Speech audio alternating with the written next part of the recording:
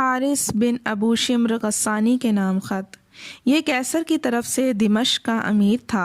اس کے نام نبی صلی اللہ علیہ وآلہ وسلم نے جو خط لکھا وہ یہ تھا: بسم اللہ الرحمن الرحیم من محمد رسول اللہ الی الحارث ابن ابی شمر، سلام علی من اتبع الہدی وآمن باللہ وصدق وانی ادعوک الی ان تؤمن باللہ وحدہ لا شریک لہ یبقی لک ملکک۔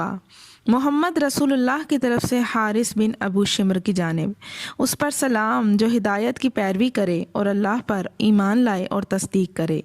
میں تجھے دعوت دیتا ہوں کہ اللہ وحدہ لا شریک لہ پر ایمان لا، تیرے لیے تیرا ملک باقی رہے گا۔ یہ خط آپ نے شجاع بن وہب اسدی کے ہاتھ بھیجا۔ یہ اسدی خزیمہ کی طرف منسوب ہیں۔ حارث نے یہ خط پڑھا تو اسے پھینک دیا اور کہا کہ کون ہے جو مجھ سے میرا ملک چھینے گا؟ پھر مسلمانوں سے جنگ کی تیاری کرنے لگا اور حضرت ابن وہب سے کہا جو کچھ دیکھ رہے ہو اپنے صاحب کو اس کی خبر کر دینا، اور کیسر سے رسول اللہ صلی اللہ علیہ وآلہ وسلم کے ساتھ جنگ کی اجازت چاہی، مگر کیسر نے اس کو اس عزم سے باز رکھا۔ اس کے بعد اس نے شجاع بن وہب کو کپڑے اور مال سے نوازا اور اچھائی کے ساتھ واپس کیا۔